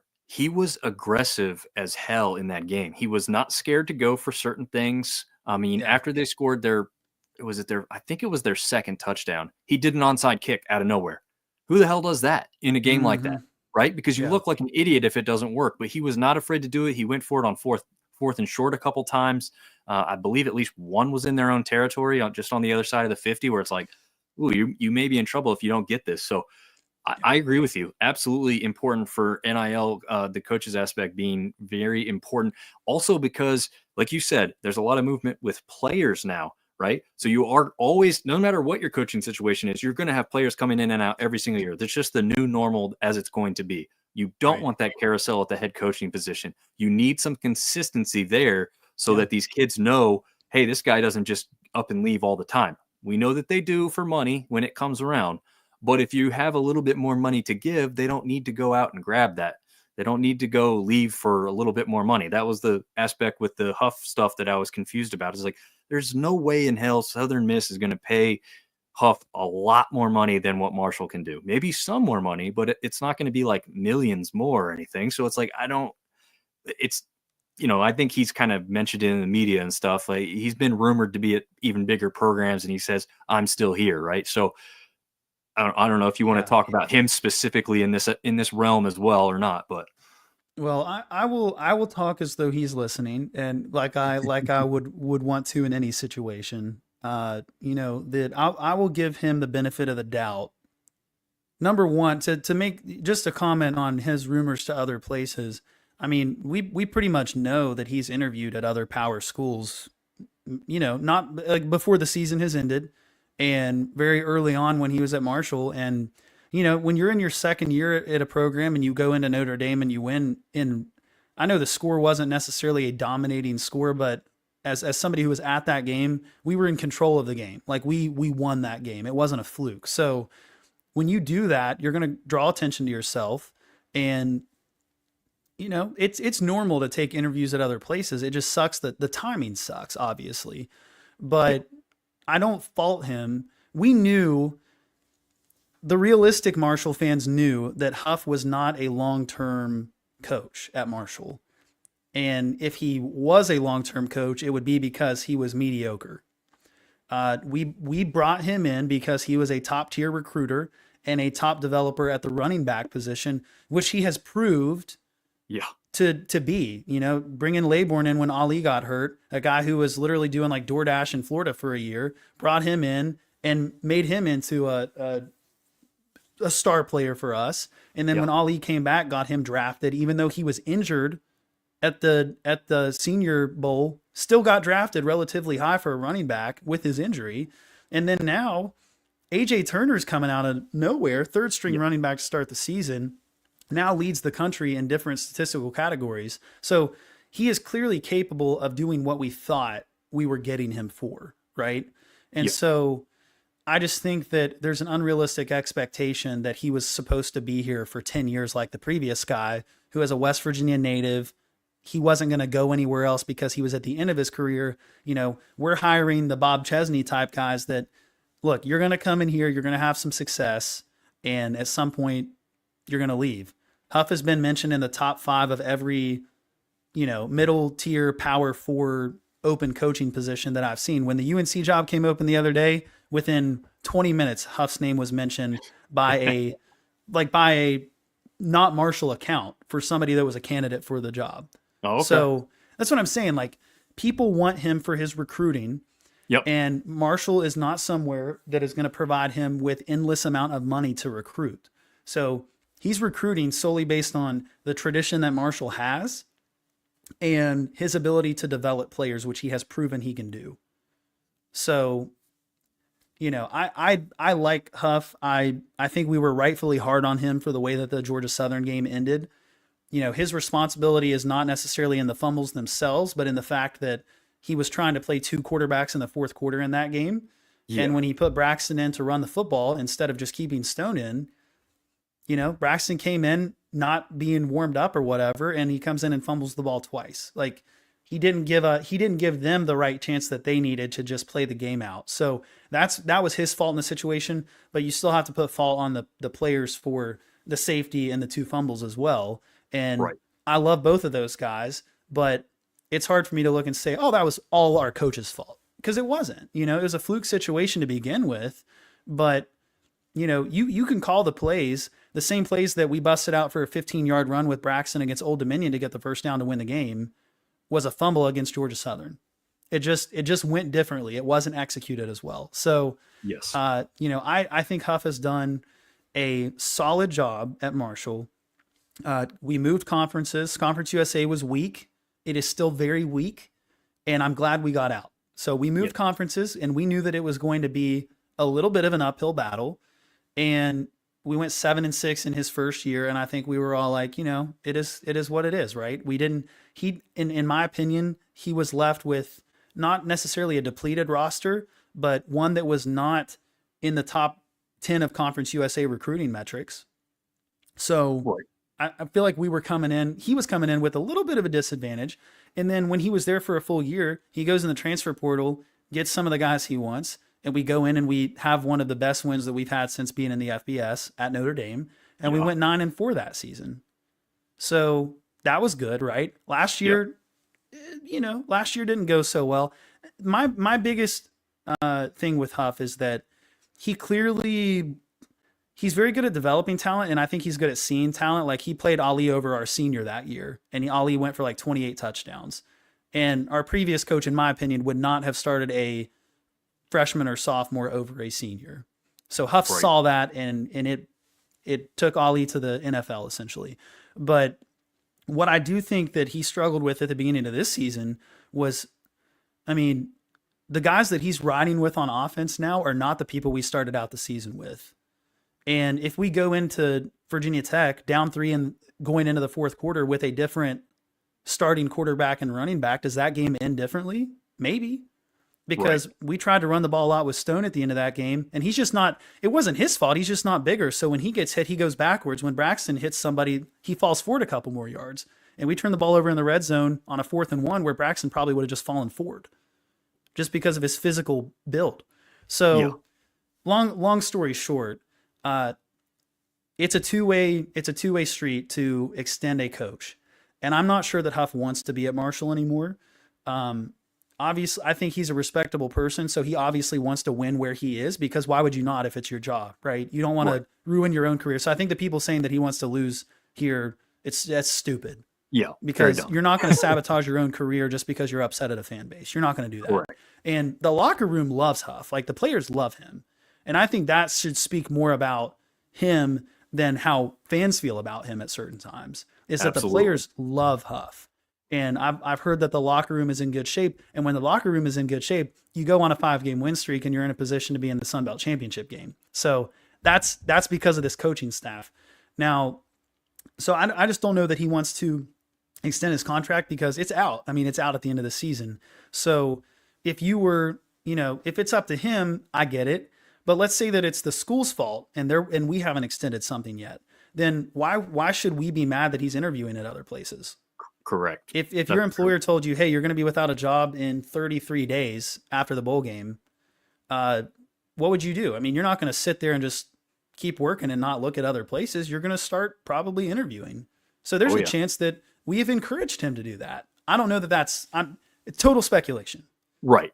And I hate the distraction in the middle of the season, but we cannot fault him until we extend him for interviewing at other places, because otherwise he's going to be without a job, and he's got a family and kids. So why should we be upset about that if it's our fault? No, I totally agree with you there. 100%. You've got a guy who's known quantity. He's winning games.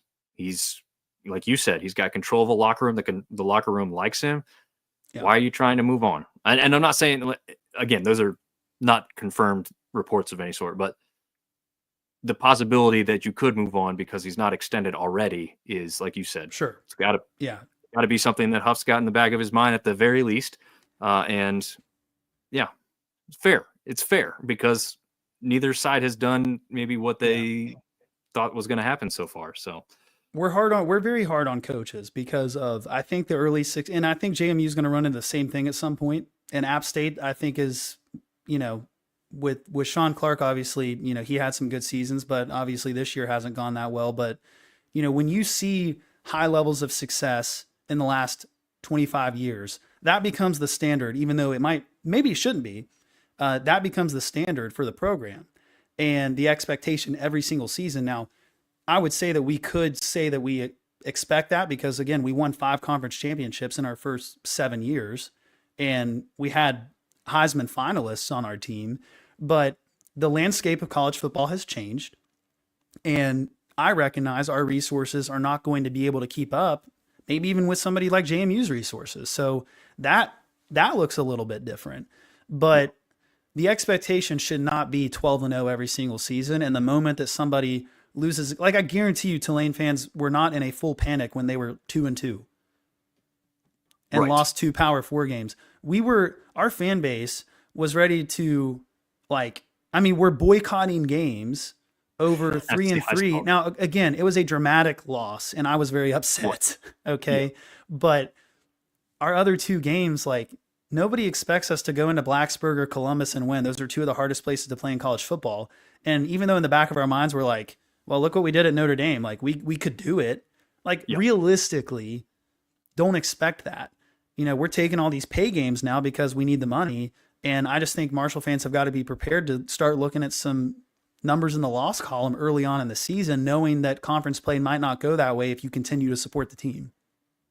Yep. So that's where I'm at as far as a fan that seems to be, I've been promoting him for the last a grain, and people are now that we're in this position, but I'm just hoping we get the win this weekend so that I don't have to argue as much with people anymore. Yeah, there you go. I like that. It'll make it a whole lot easier. Randy's saying we have huffed this to death.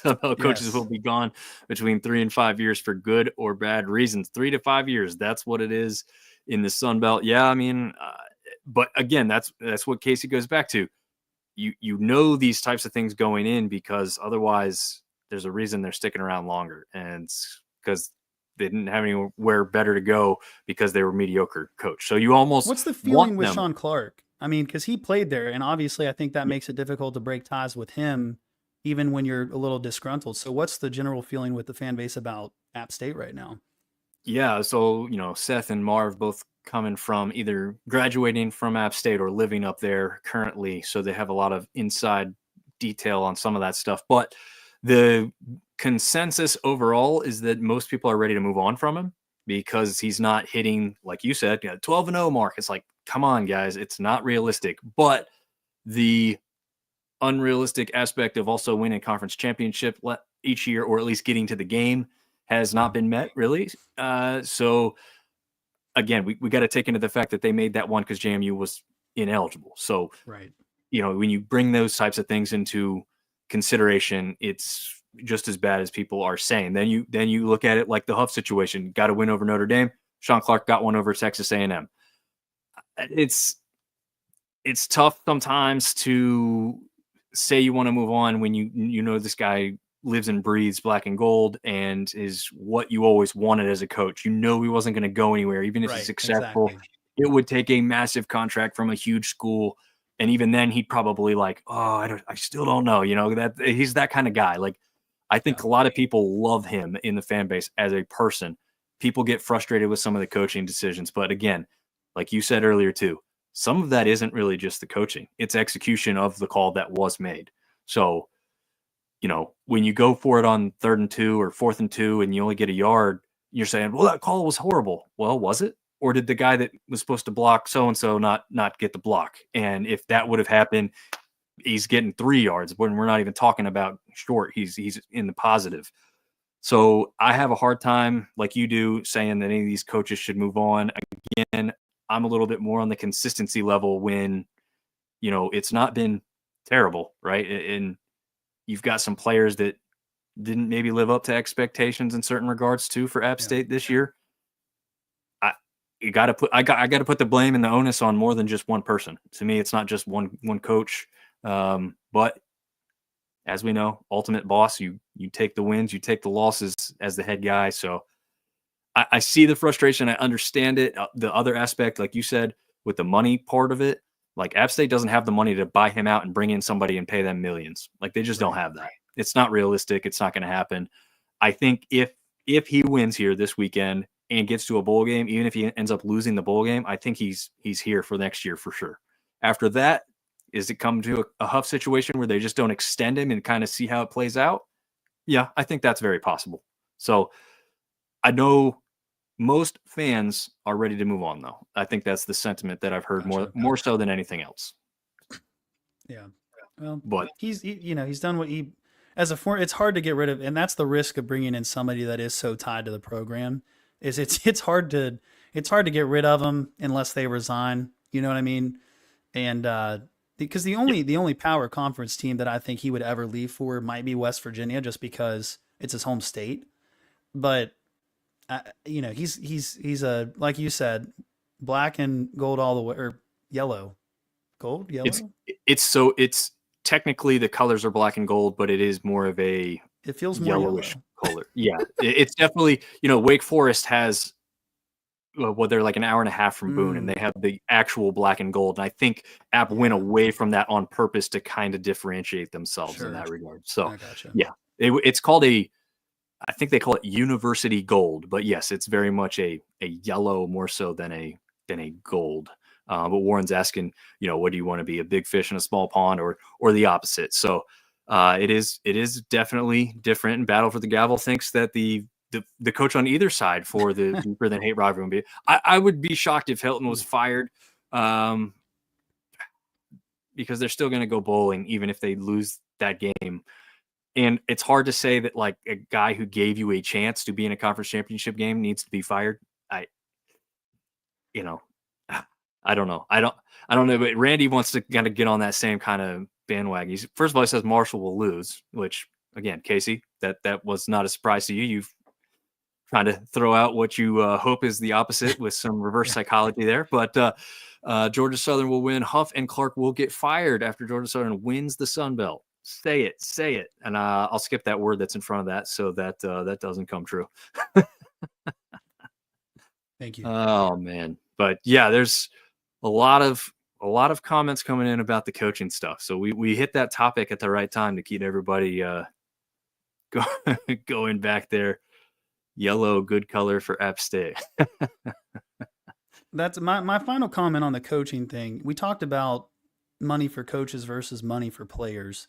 Yeah, I was shocked that Sumrall would make a lateral move to Tulane, and if a Tulane fan would not see it that way, but it was a lateral move. The only thing that wasn't lateral was the brand recognition of Tulane and the American Conference. That's the only reason that I think that they're in the discussion the way that they are right now. And I think that's, it's not that he made a bad decision. It was just a shocking decision, and it was a bad look for the Sun Belt. But what I do like about the 12-team playoff model, going to the comment about big fish in a small pond or the other way around, is that you do have an argument for, you could turn to somebody that's having a successful time like Chesney, Huff, whoever, and say, listen, if you stay here and put together the right pieces, that gives you a better odds to make the college football playoff than if you were to take a job at Vanderbilt, where you're going to have to beat an insane number of teams that are in the top 25, whether or not they should be, and just to get into that position to make the playoffs. Or, you could run the group of 5 and at least every year be one of 2 teams in conversation for the playoff. And that would be my argument to recruits too. So I think that because they've expanded the playoffs, there is an opportunity to keep people from going to certain places. And I think it's going to make those hot coaching prospects maybe consider things a little bit more. Like, I think UNC is a good job. I think that they've got resources, and the ACC is, as we've seen with SMU doing well this year in their first season, it's a winnable conference immediately. The Big 12 is a winnable conference immediately.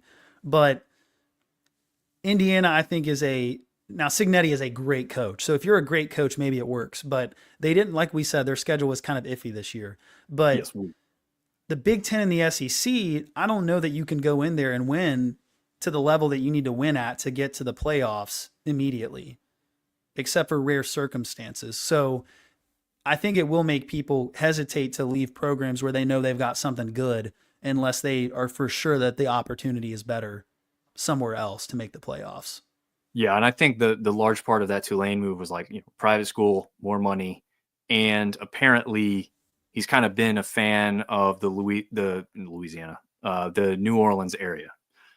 I think like maybe it was his wife's family who's kind of really close to that area. So like that was another aspect of play, like more money plus wife's happier. Hey, Yeah, everybody that's wins. important too. It is important. So that is an aspect to some of those moves that we don't typically get to hear until after, right? Like I think it was an interview he did after that let me know that he had extended family in the area. That's like, okay, well, we didn't know that going in. Yeah. Maybe some people closer to him did, but their average fan doesn't know those types of things. So some of those things make a little more sense when you get to find them out and understand their thought process behind the move more than just one thing. But I do agree with you. Like, you take a chance to be at a bigger school for 2 or 3 years. If it doesn't work out, sure, you've made the money, but you could have been at one school for 15 years and made that same money. And now you're an even bigger name. You go into record books, you go into history books, you get guys coming to you because they know you are a commodity that is there and you're going to stay because you've done it and you've shown that you've done it. It's hard because, again, part of that is a money aspect. They want to be rewarded for the job they do. And we know the Sun Belt has only so much money. I do like the fact, though, that we don't have any private schools here. I like the fact that it's mostly an even playing field for the most part. It's not perfect. Liberty, man. I want liberty. I'll just. Do you? I do. That's a whole nother conversation. Yeah. What is it? I'm a liberty hater. I'll say that. I recognize that our conference apparently, because they just signed up for Twitter Premium like a month ago, and clearly the money is needed. And so I'm just saying Liberty brings the media and resources from that standpoint that I think would benefit the conference. But I do understand the reasoning for not wanting a private school in this mix. So yeah, it does give everybody somebody to hate in that regard, though. So it would be interesting in that regard. I mean, geographically, it is a good fit. I won't argue there. It does make sense for that. When I went to JMU, I actually went right through Lynchburg, which was the first time I'd ever been through there. I was like, "What? It is a nice campus. The money is well spent. It's all the other aspects of what they bring that people don't love and want to get involved with. And I think that is probably what keeps them from already really having been invited in this last round. Everybody needs a villain, is what Joseph Banville's saying. Yeah. Well, it seems like maybe JMU is that for right now. They can just take up the mantle. But we'll have to see how that works out. A coach will not be at a school for 10 plus years like Blakely. Yeah, I mean, it's not likely. Not anymore. It's not likely. And again, if you have one there, it could be because they're kind of mediocre and the school doesn't have much more money to spend. And so that's why it stays that way. So you almost want those 3 to 5 guys so that you know that they're being successful. And the reason they're being poached is because your team is winning. So there is that aspect. Casey, any final thoughts before we end the show here? Oh, I'm sure I have plenty of them if you give me enough time to think about them. Whoever I want to take a shot at, maybe it's Ryan Day. If he loses to Michigan this weekend, I think he's gone. And that's the pressure that comes with a job like that. So that's crazy. Yeah.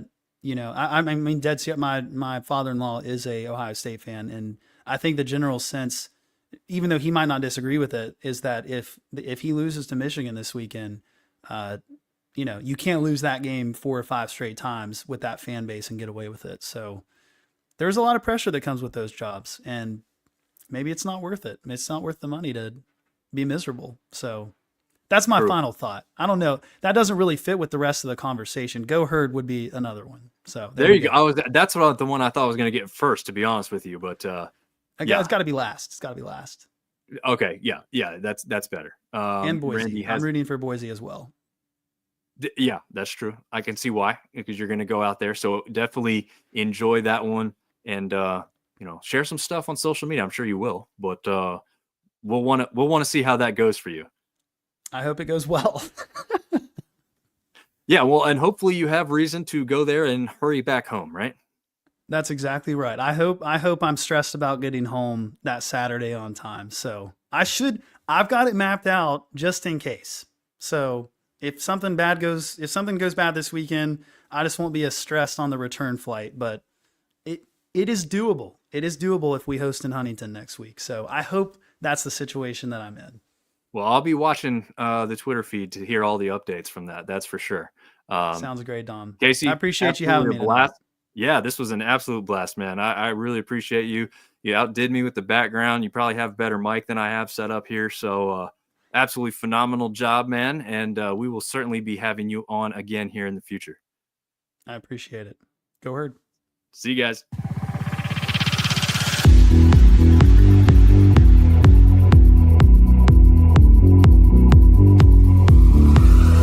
Sunbelt Syndicate.